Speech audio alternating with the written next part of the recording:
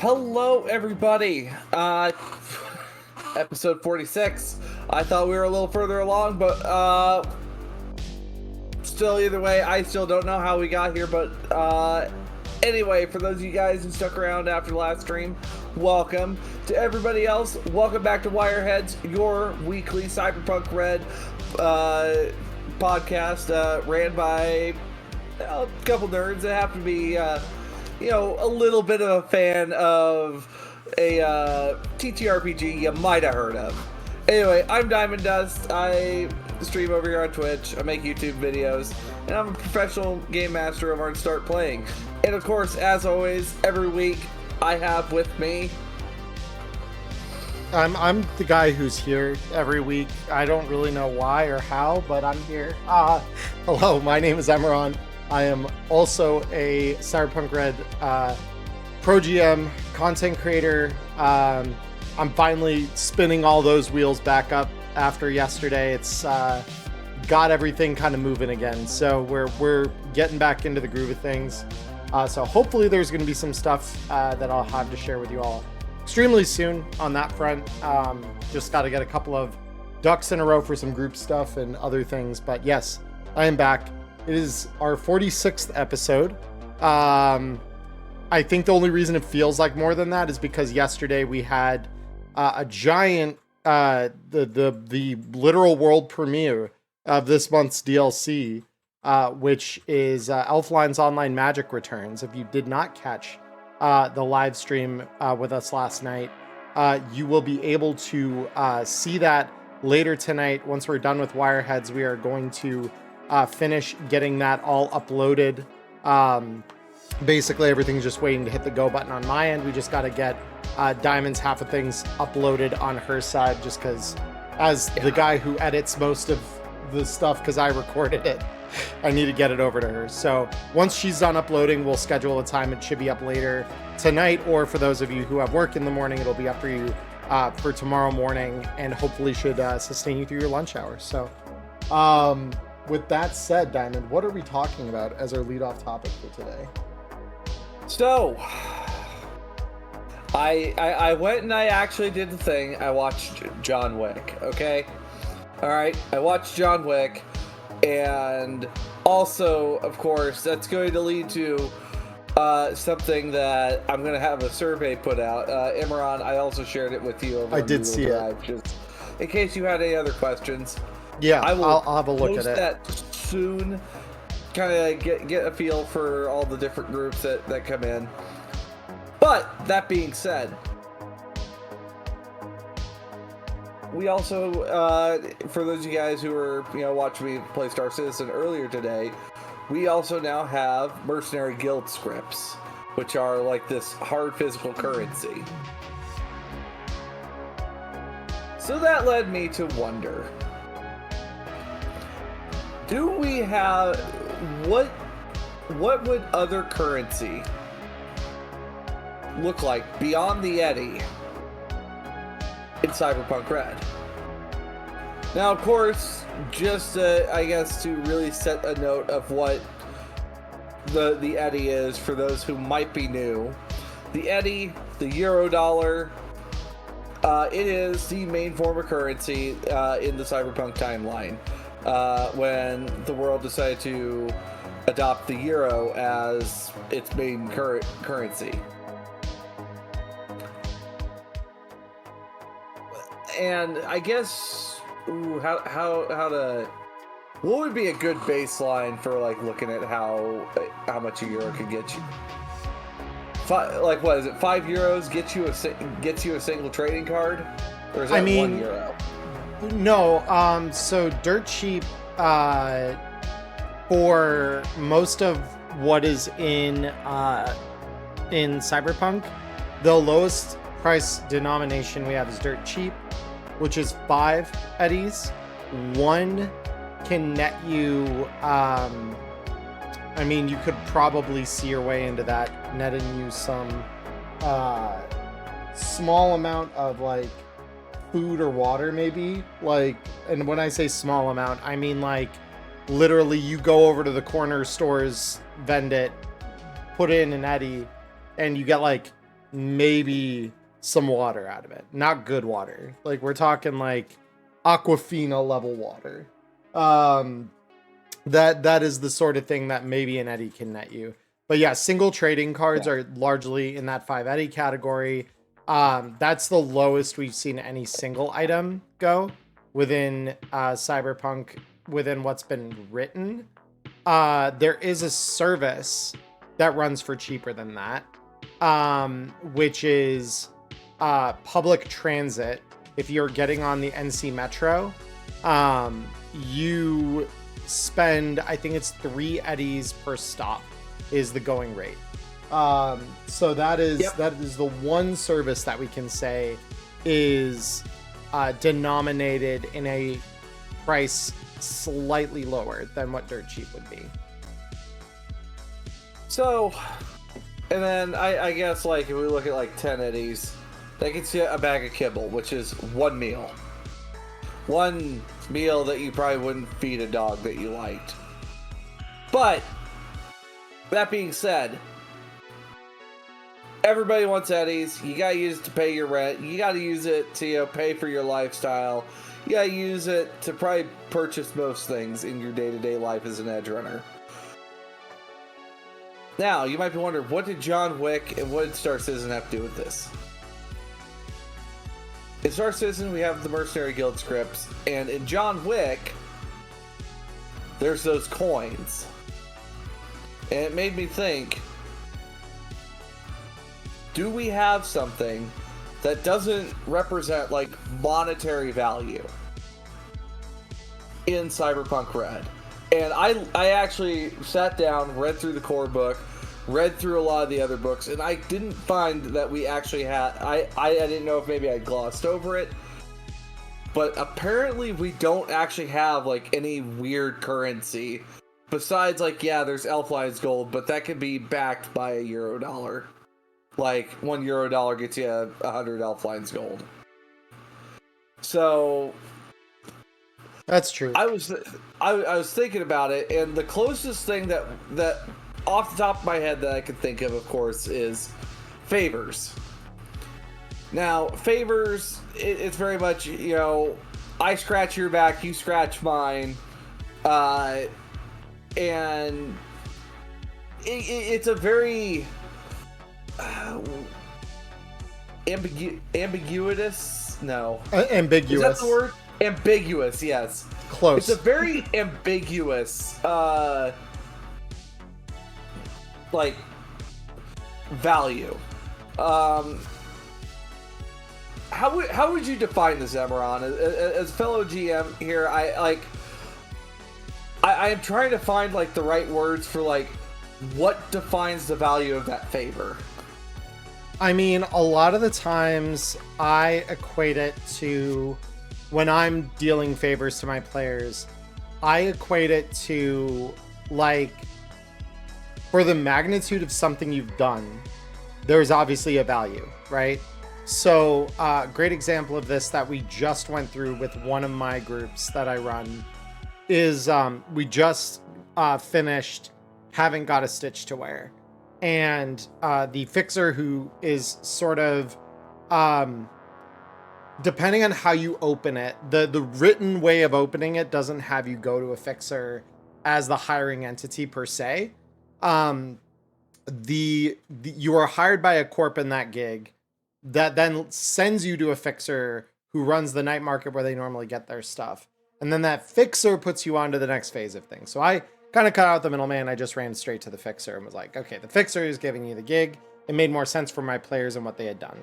And so when that fixer says, okay, I need you to fix a logistical hurdle that has become this massive tangle for, the entire city just about. And there's a lot of people that have been deeply affected by this. There's a lot of people that need help with things, that are related to this, or problems that have been caused by this. If you can unjam the logistical problem, a lot of these problems stop being problems. They just kind of cease to exist. So when you go out and you do that, and I'm not going to spoil anything about like what that turns into, But like when you go out, you solve the problem, you come back, and she's told you ahead of time, hey, if you solve this, I'll pay each of you 1,000 eddies. Awesome. Okay, cool. So she owes us 1,000 eddies now. But once you've done that, you understandably could look at the 1,000 and say, well, that's cool, but I want something more too, like my players kind of did. And favors in that sort of context give into like you negotiate them. They're not typically granted on top of eddies most of the time, unless you did something extremely personal for the individual, or what they paid you wasn't enough, right? And for the sort of thing that you do in that gig in particular, the 1,000 is, by and large, it is enough. It is a reasonable amount of payment for the gig you end up doing. The favors that my players negotiated, though, she says, you know, I'm running a night market, so if there is an item that you need me to pull in for you, like my pull isn't unlimited, I'm not the most powerful fixer in the city, but if there is an item and you have the money to afford it yourself, I will not charge you extra for it, and I will, go source it so that you can buy it from whomever is selling it. So her favor was very, I can be your connection, right? I can connect you in to a seller selling the item you're after, right? Given that this is a night market, I've created it. I've therefore got unlimited reach at this moment in this night market. If there is an item and you can afford it, I will get you the item and the seller, and I will not take a fee on it because you've done me a great service here. And so that is a thing that a lot of my players used to then get items they've been looking for but not been able to get their hands on, because now they have a fixer who's going to give them those items, which is like, that's really cool. Honestly, that's a really great way of, if you're worried about your players having too open of access to items in general and you want them to have to work for them, setting up a fixer who has hired you for a gig that they can then go to and say, hey, fixer, I also was looking for this item. I'm not asking you to give me it, but if I were to, if I have the eddies to afford it, could you get one for me? Could you find me a seller who I could buy from? And that's a pretty simple favor, I would say overall, because they're not really giving you anything of hard monetary value there either way, other than maybe discounting their fee and saying they won't haggle you. That is mostly the only thing that they're doing there. So that's usually kind of what I do with my favors. They're small things, unless someone really owes you, in which case that's where we start walking down the John Wick side of things, right? Where it's like, okay, if not for what I did, you would be dead, or you would not have gained the power you gained, or you would not be in the position that you're now in. Like, if you are dealing in something like, I risked my life, I risked my limb, I risked everything, not for my gain mostly, but yours. And now you owe me. You owe me with an equal act of selfless sacrifice. And that is where you get into the, like, maybe the question of, like, how far do they go?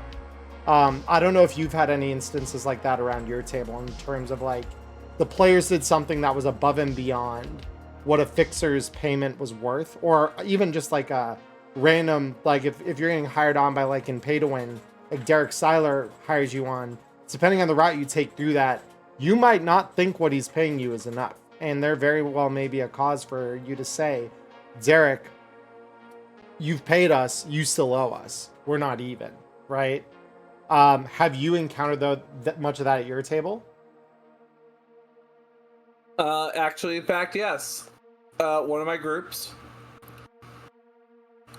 they took on a job from a fixer that was very much...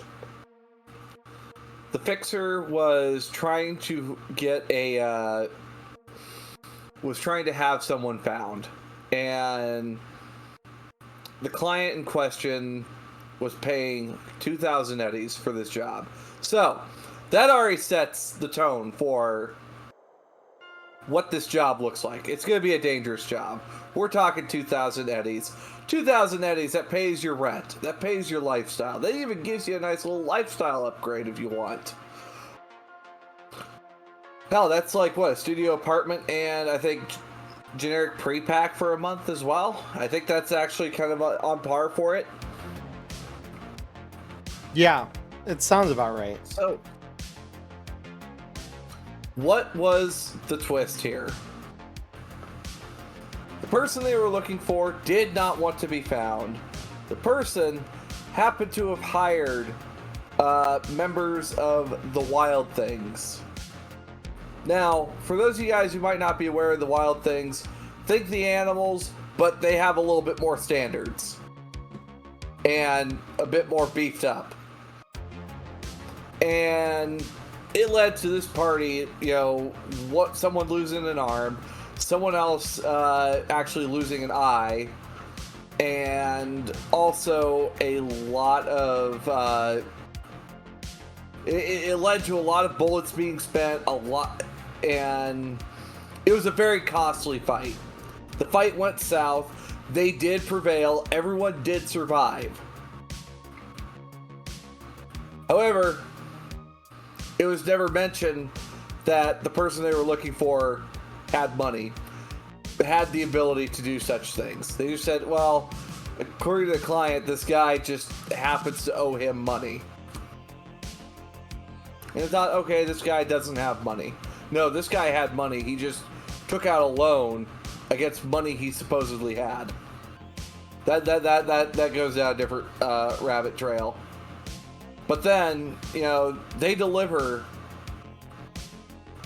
They do deliver the person to the client. They get paid. And they look at the client, it's just like, this isn't fucking enough for what we dealt with. You owe us. We will see you soon. And I was like, okay, you need to roll me a persuasion check, Fixer.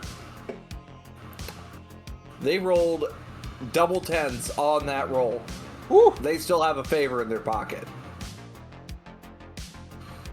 They still have a very big favor from an exec who's a little bit up the chain over at Militech. So now, when they call that favor in, how will you evaluate whether it's a reasonable ask of them or not? I'm curious.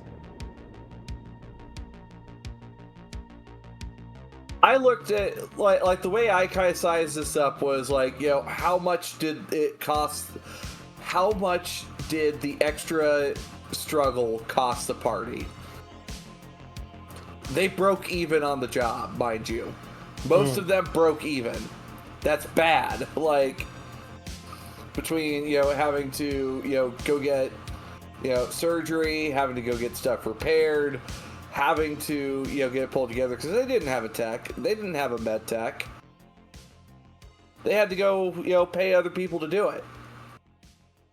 So, suddenly that 2,000 eddies, okay, they didn't break even. They made like each of them made a $300 profit off that job. That's almost just breaking even though. Like, if you can't pay for hardly anything afterward, like, that is worth anything, like, with a job like that in particular, like, really, have you won?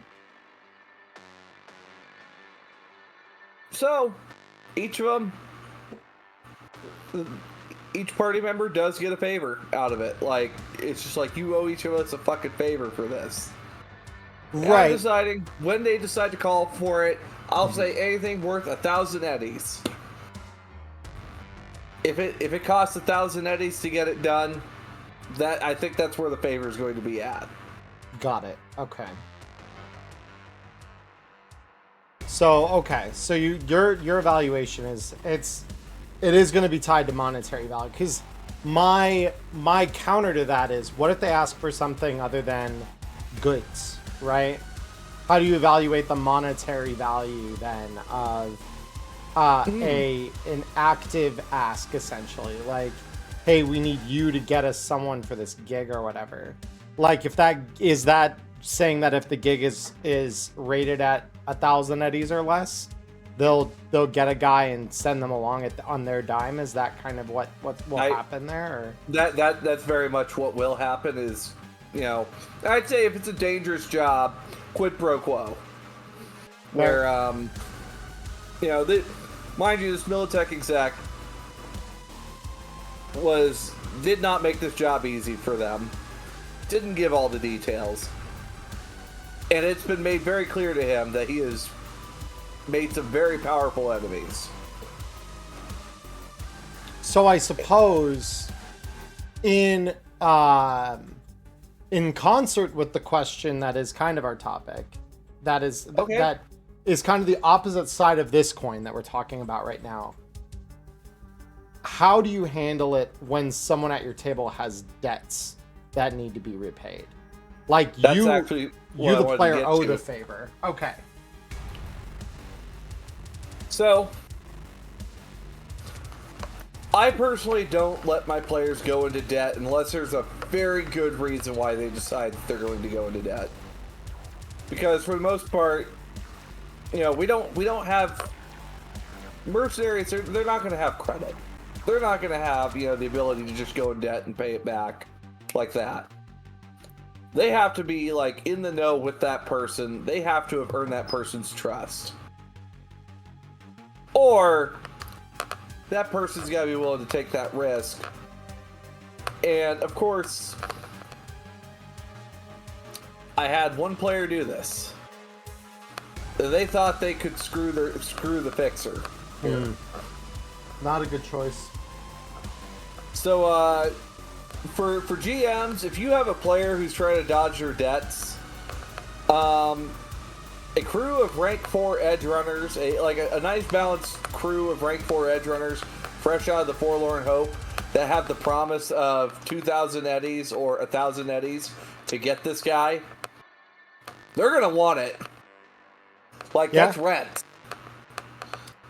Worth mentioning in line with that, the pre-gens from the single shot pack are considered lieutenants for the purposes of challenge. Oh, yeah. So you need some handy lieutenants to throw 1-to-1 against your players. I've got a video coming out about this sort of thing soon in terms of playing fair. Fair is fair. If the crew screwed someone over, they're gonna play dirty. They're gonna send some of their, maybe not their best, but they're definitely going to send their B or C team against the party, unless they think they're worth more than that. Well, mind you, this debt, the fixer loaned them, on good faith, loaned them an excellent quality cyber deck. You don't fuck with 3-piece. He might be a real friendly guy, but you do not fuck with him. He knows a lot of people. He knows a lot of people in the underground. A lot of netrunners and techs. Yeah. Look, if the guy who peddles the wares coming out of the hot zone is the guy you piss off, that's not a good idea. There are better ideas than pissing that guy off, and no. Don't do that. Literally, if you want the best tech, this netrunner has shut himself out of the best bar to go find stuff because he just wouldn't pay the 1,000 eddies back. Okay, wow. What a choice.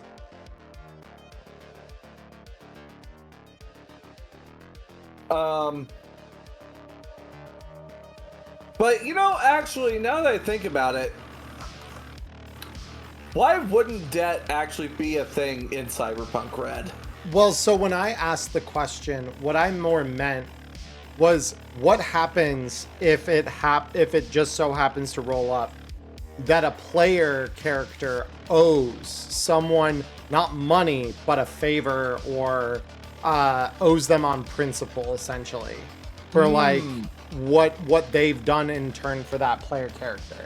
Because going into debt, you could, but that usually the consequences and ramifications, at least socially, kind of end up the same, because the debt you're going into is not more likely something like a credit debt with like a corporation, like what we might see and experience in real life more often, right?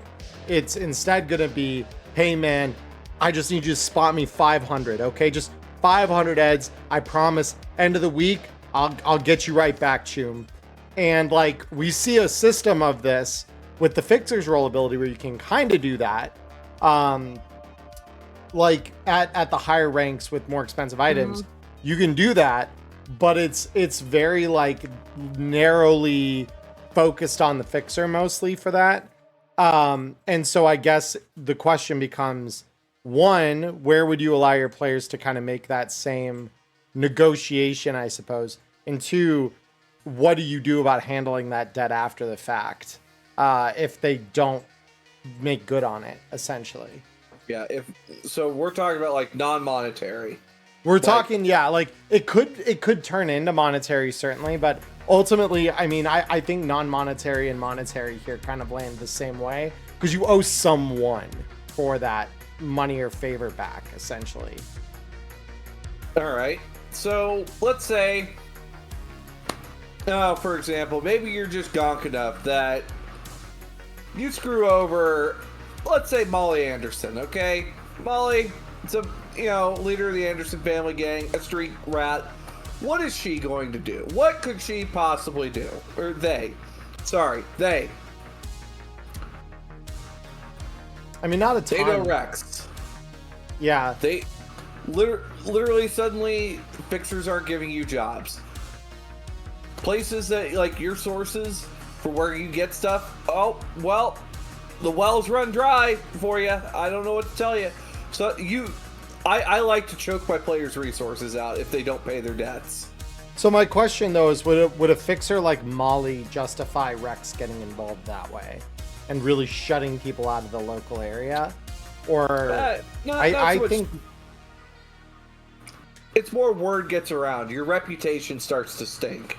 Sure, that's fair. Like, I think this is one of those cases where because I know it was on a recent mayor's desk. It was within the last 2 or 3 weeks here that James mentioned the only codified reputational effect, like negative reputation effect, so to speak, is in cowardice, right? You're running from your fights or whatever. However, I would be inclined to suggest that this would cause a very similar thing. So this isn't cowardice, but it's the same kind of like, what will happen when the chips fall? When the chips are down and you're the one who has to pay up, or you have to come back with like the action that you said you would, or there's someone relying on you in the worst case scenario. Will you be good for it, right? Are you going to be good to your word, or are you going to like just leave them high and dry, right? That I think like screwing a single fixer one time doesn't, especially if they're a smaller fixer. Bigger fixers, this may not be true, but if it's a smaller fixer, especially someone like Molly Anderson, who is like not really well known throughout the bigger part of the city, you'll get a pretty cold reception in probably her local neighborhood, right? Like whatever her turf is, yeah, she's probably going to make sure they know your face, your name. You're probably not going to get much out of those places until you've proven to Molly, hey, I fucked up. I'm so sorry. Please let me make good on the things that I did wrong here. Let me atone for sins, right? Until you're willing to do that with her, though, like, yeah, her neighborhood's probably going to dry up. But nearby that, anything beyond kind of what she has the leverage to put the thumb on the scale against you, you're probably going to be fine. But you do that enough times in enough places, and it won't just be their doors that shutter. New fixers that you have yet to build a relationship with, or who have their finger on like a more general citywide pulse, are going to look at you and say, you're toxic. You are literally radioactive. I don't want anything to do with you. Get out of my sight before I decide to remove you forcefully. Oh, I got it. Remember playing as Uncle Larry? You guys dragging that one exec who was on the run from a client that, that, they wouldn't specify who the client was, but, he apparently owed the client something big for a night market, and you drag him out to the Atlantis, and lo and behold, Mr. K steps out and smokes him in front of all of you. Yep. You get made an example of as well. Yes. With some fixers, I imagine, actually, 80-20. That fixer in the back of Choppers. Yep. If you don't know, go to the data pack, read about 80-20. He's one. Know exactly. Yeah. When like my players need some seedy back alley fixer to get something that like they can't get anywhere else, I love bringing him into the fore and for just a moment, right? And he's almost always in the middle of torturing someone when they find him, right? And like they don't know anything about the context. Maybe the guy who's sitting in the chair getting needles driven into his arm or, his kneecaps broken, maybe they earned it somehow. They're not sure. But bottom line is 80-20 is like the no fuck around back alley mob boss type when I play him, because that's really what he comes off as, is like, yeah, I will do anything. If you screw me, I will do anything and everything in my power to make you feel every single any of that debt until you are dead or we are even. One of the two. No in between. All right. Actually, remember when Peacock asked Pantera a favor during Neon Inferno Season 2 about trying to work with them instead? How did you have to reason with that? Like, because just, I guess, as a refresher, there was a chance that the Neon Inferno crew had to go against Danger Gal while they were working on trying to get their hands on Mr. K. Yes. Somehow they ended up working with Puma Squad instead. Yes. So you want to know how that arbitrated? Yeah. How did you arbitrate that one? Like, where, like, what? On what grounds did it seem that it was going to be okay to fuck Mr. K over? So the reason, it wasn't so much that they were calling for a favor, actually, there. It was their media had uncovered, between Peacock and Matchlight, they had discovered that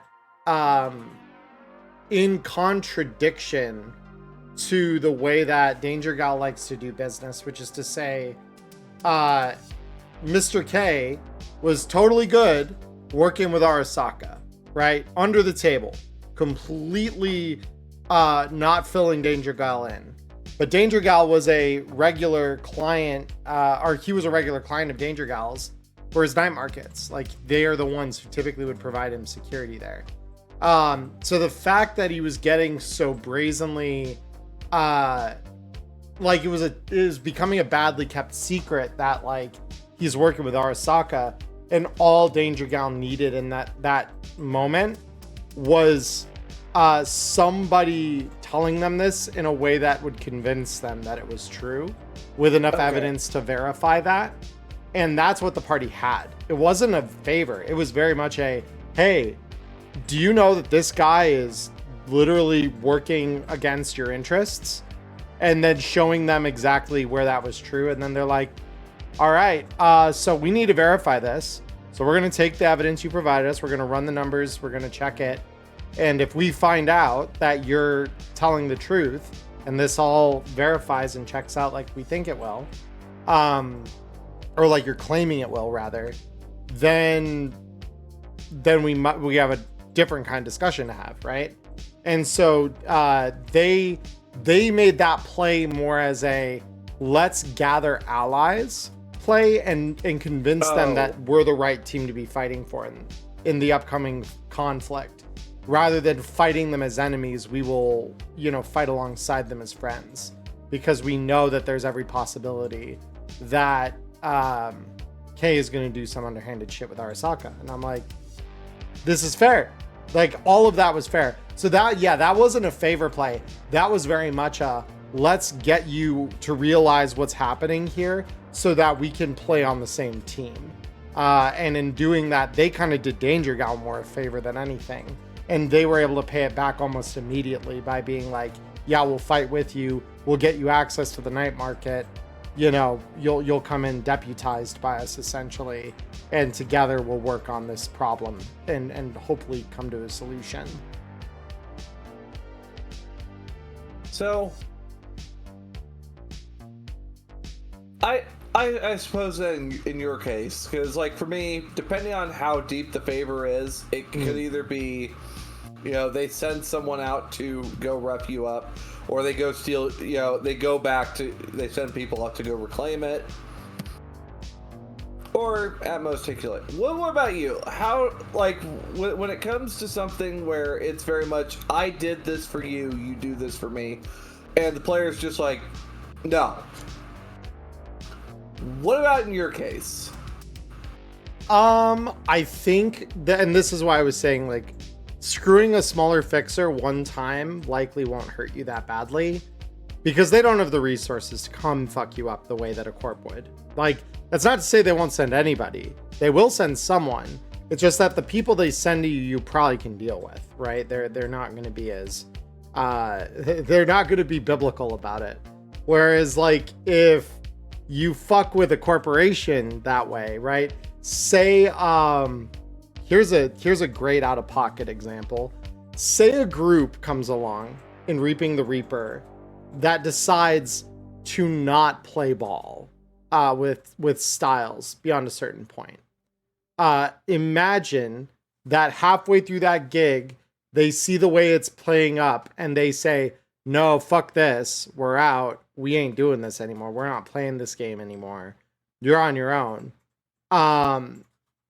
If they do that, Styles is a relatively powerful Militech executive. And unlike the party, she will see this done one way or another. So more likely what will happen now is she leaned against the party at one point and said, the party said, no, fuck that. So what she'll do is she'll probably ricochet back to people who owe her within her own corp, who we know are capable in a lot of cases, right? And while this is, you know, kind of mixing the glass of personal and business, if she negotiates that right, she comes out solving the problem still with a righteous fury at the party who spurned her now. And so what that'll then turn into is something to reference a John Wick scene. It'll look a little bit like Santino D'Antonio coming along and literally burning down their house. That is going to be the Militech response, would be, I will throw grenades at the thing that you love most, your HQ, your places where you live, especially if they're low security. Like if you're in some cargo container community out in the middle of a combat zone, holy shit, they're going to make sure that that shit just burns to the ground, and they're going to blame everyone else for it.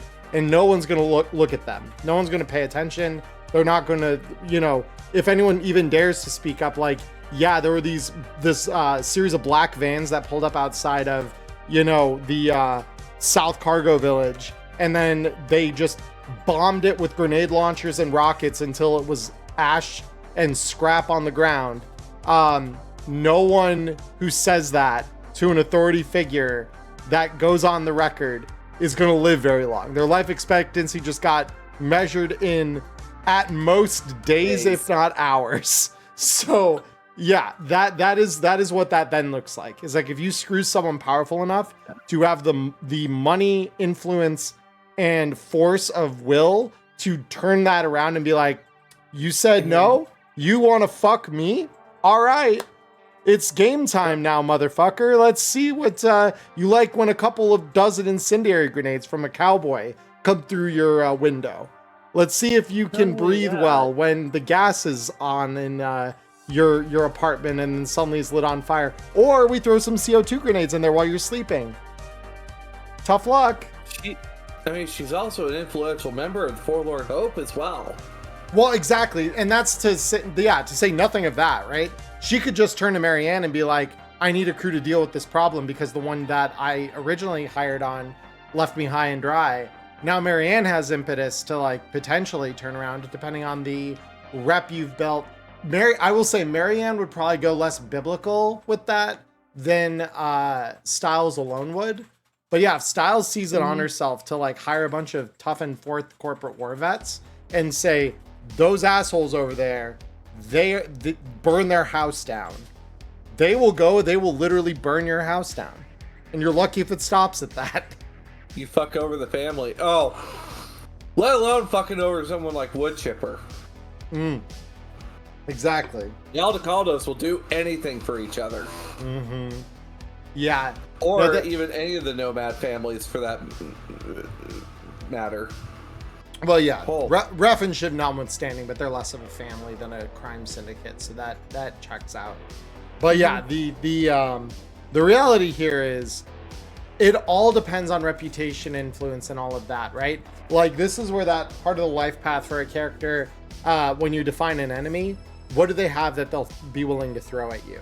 It's like, if they're a small-time guy, they might be like, local neighborhood rank 1-2 fixer who's giving you your first couple gigs. They might throw a couple of goons that are somewhat loyal to them at you.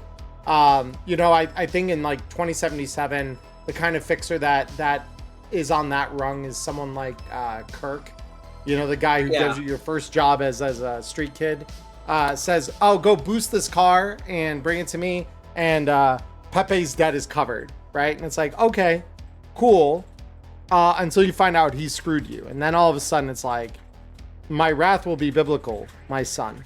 I will bring this down upon you because you don't have the goons to throw at me. Like, you might have a couple. They might play ball for a little bit, right until I shoot one of their kneecaps. Then they'll go running, if they still can, and you will be left alone. And now we will have a little one-on-one conversation you're not going to like. Whereas the further up the rung you go from there, with that being kind of the floor, right? You go up any further than that, though, and however high up they are, the old saying, shit rolls downhill. The further that has to roll, if you're still at the bottom of the hill, you're in trouble. Like, you will get crushed by it beyond a certain point. I guess another form of currency that I've seen. Currency to a degree, leverage as well, blackmail. Blackmail is a very, very powerful thing to pay for things to get done. Having had a party that decided to go and decide. Having a party that has decided to go and smash out one of the local bodegas just to get some free shit.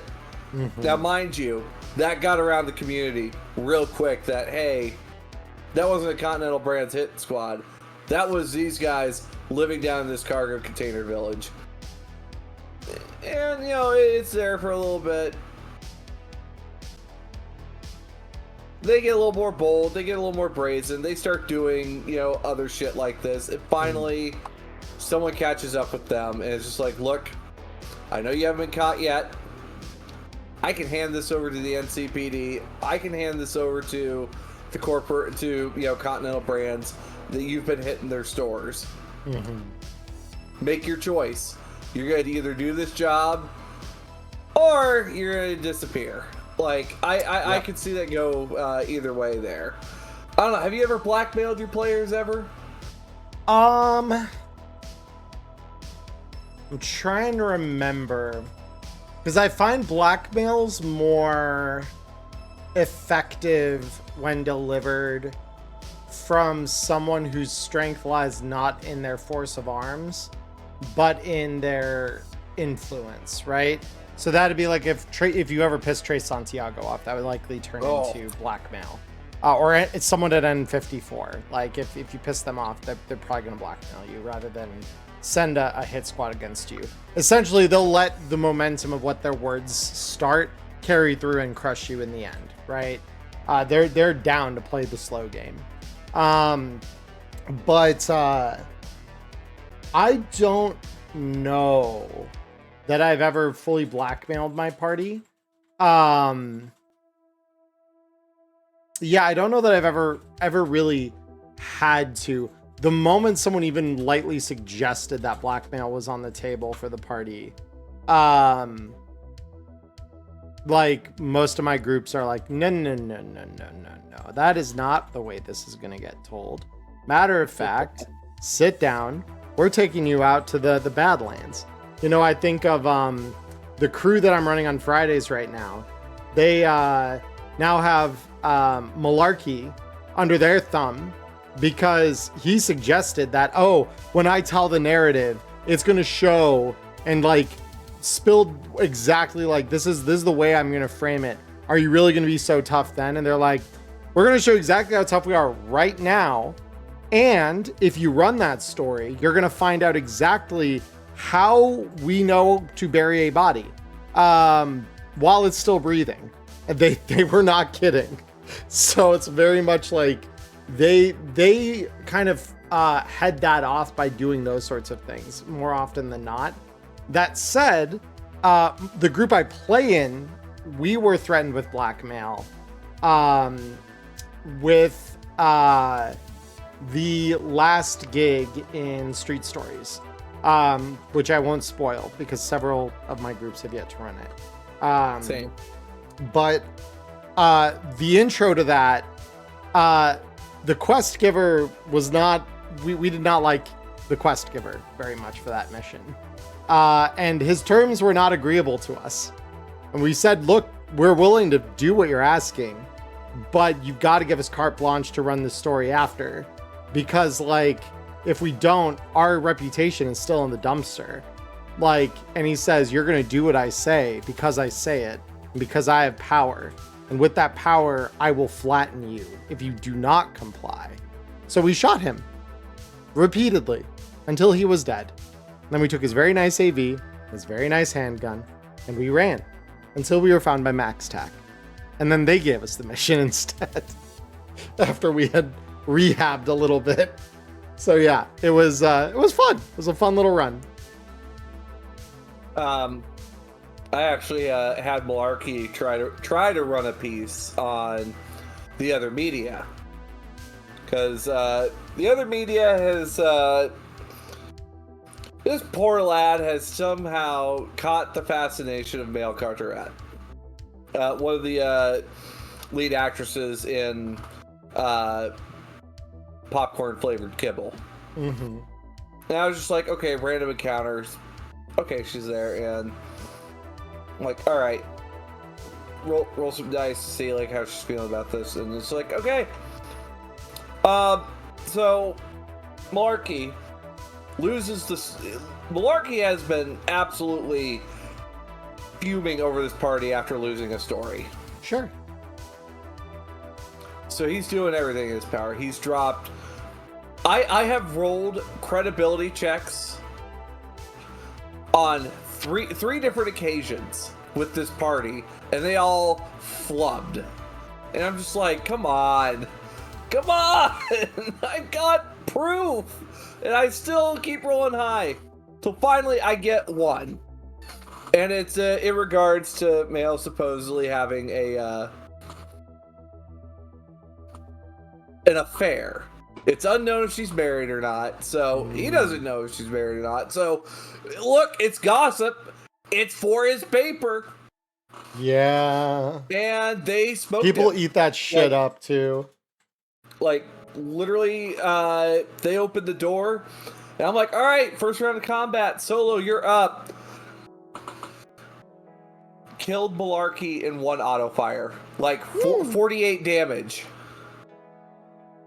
It like bypassed the armor, and it's like, oh, yeah, sounds about right. Damn. Oh gosh, what other? But now I'm thinking about it. Like, what other economies are there in Cyberpunk? Now that I'm thinking of it, because of course, salvage, yeah. Depending on, go ahead. I was gonna say, like, salvage exists. There's obviously things like unorthodox doodads that only one group would find valuable. There's actually some precedent for this in the books, like Danger Gal paraphernalia, right? Like their trading cards and stuff like that bear to the right people a ton of value.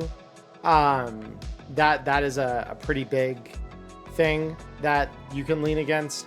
This is where things like availability come into play too, with regards to like fixers being able to find something.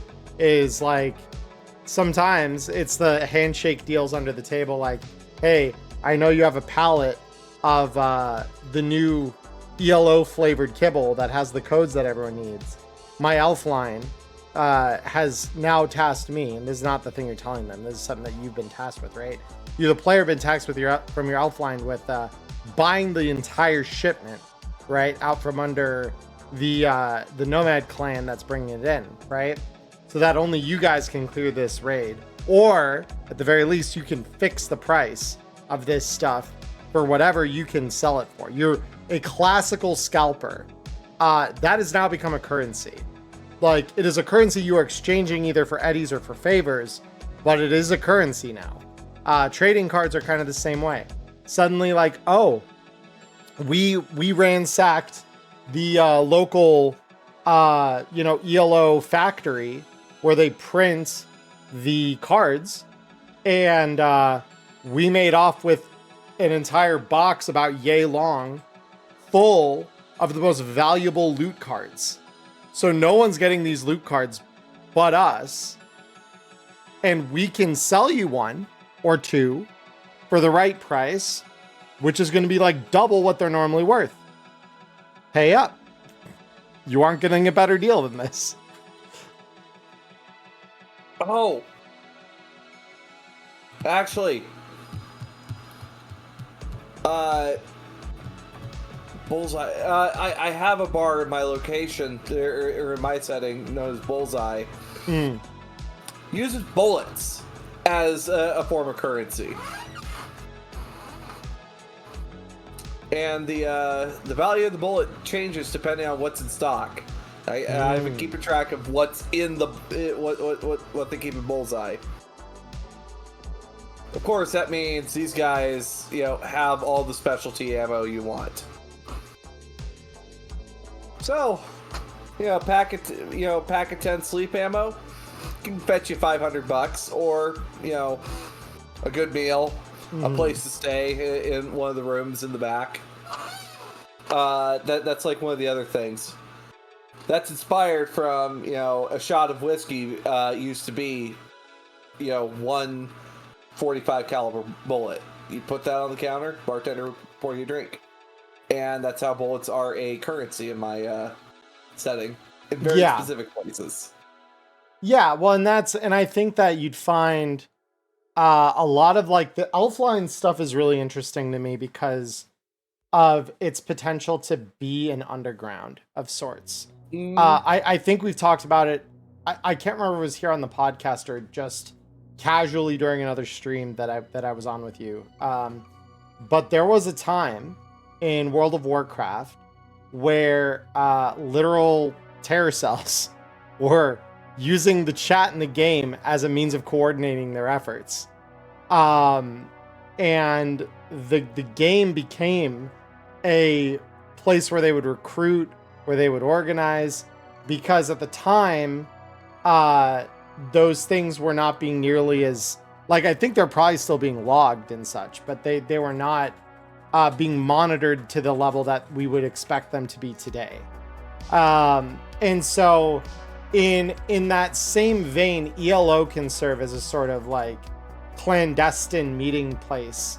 The areas around the city that are related to it, like the places we've created, like the Hollow, or like for me, like Hard Dive, your local net cafe, your local bar that serves mostly those people, the third spaces that they play their games in, like those all become potential parts of the underground.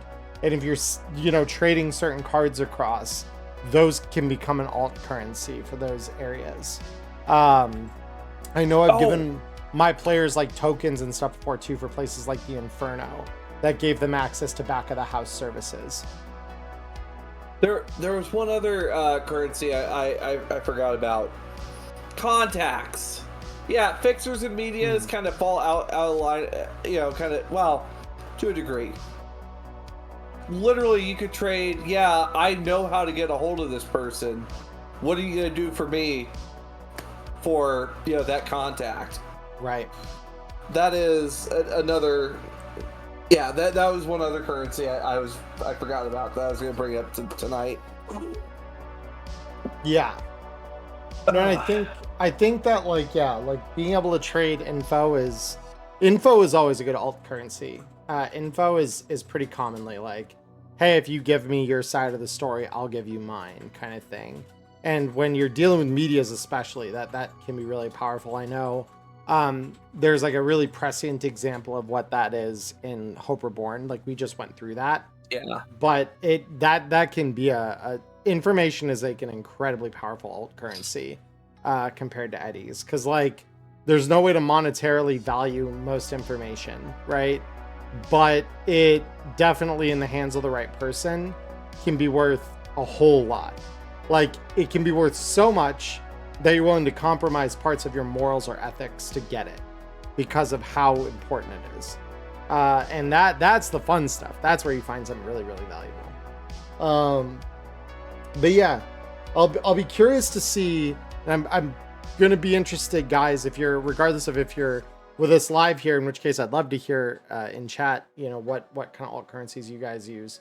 But also to those of you watching this later on Spotify or YouTube, if you've used, if you're a GM, if you've used alt currencies in your game, or players, if you have utilized some kind of alternative currency for favors or such, what was it and kind of what did you get out of it? Like how valuable was it as an alternative? Actually, Racer's got another one. Access. Of course. Yeah. Which, I mean, we talked about that a little bit, but of course, being in the know on certain things, such as Toggle's Temple. Yeah. And then use of expensive resources as well, of course. Mm-hmm. But yeah, I think that kind of rounds it out. Of course, put in the comments like any other currencies you guys have used, like to do exchange, and I will definitely be following up on this because I've always been a fan of like these kinds of parts of the economy where it's like, what does the street economy look like? Yeah. So I think on that note, if you are over on YouTube, what you're going to do here is you're going to scroll down to the About section and you're going to click on a link that's going to take you to the second half of this episode as we go over there, where we will be joining on Emmerron's half. Yes. And trust me, you're going to like this. But until then, friends, feel free to subscribe, come check us out on Twitch, Spotify as well, and of course, thank you as always, Spotify. And even check us out over on StartPlaying. We've got games going. We do. So, until then, bye-bye now. Bye-bye.